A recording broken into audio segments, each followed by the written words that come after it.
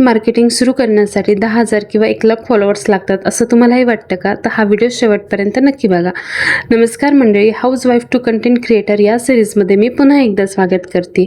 कालच्या व्हिडिओमध्ये मी तुम्हाला सांगितलं होतं की ॲफिलिएट मार्केटिंग म्हणजे काय असतं, आणि त्यावेळेस मला खूप साऱ्या ताईंचा एकच प्रश्न आला की ॲफिलिएट मार्केटिंग सुरू करण्यासाठी फॉलोअर्स किती लागतात? तर खरं सांगू का, मला पण ह्याचं उत्तर माहिती नाही.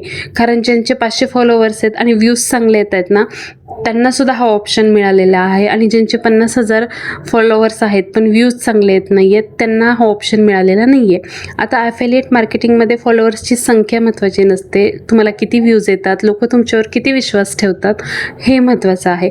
जरी माझे 500 फॉलोअर्स असले आणि माझे व्ह्यूज चांगले येत आहेत, लोक माझ्या कंटेंटवर विश्वास ठेवत आहेत, लोकांना आवडतं आहे, आणि समजा मी एखाद्या प्रोडक्टचं प्रमोशन केलं तर ते लगेच लोक घेत असतील तर ते जास्त महत्त्वाचं आहे. पण समजा एखाद्याचे 50,000 फॉलोवर आहेत पण तो त्यांच्याशी जोडलेला गेलेलाच नाही आहे, तर त्याला मात्र ह्याचा फायदा कमी होऊ शकतो.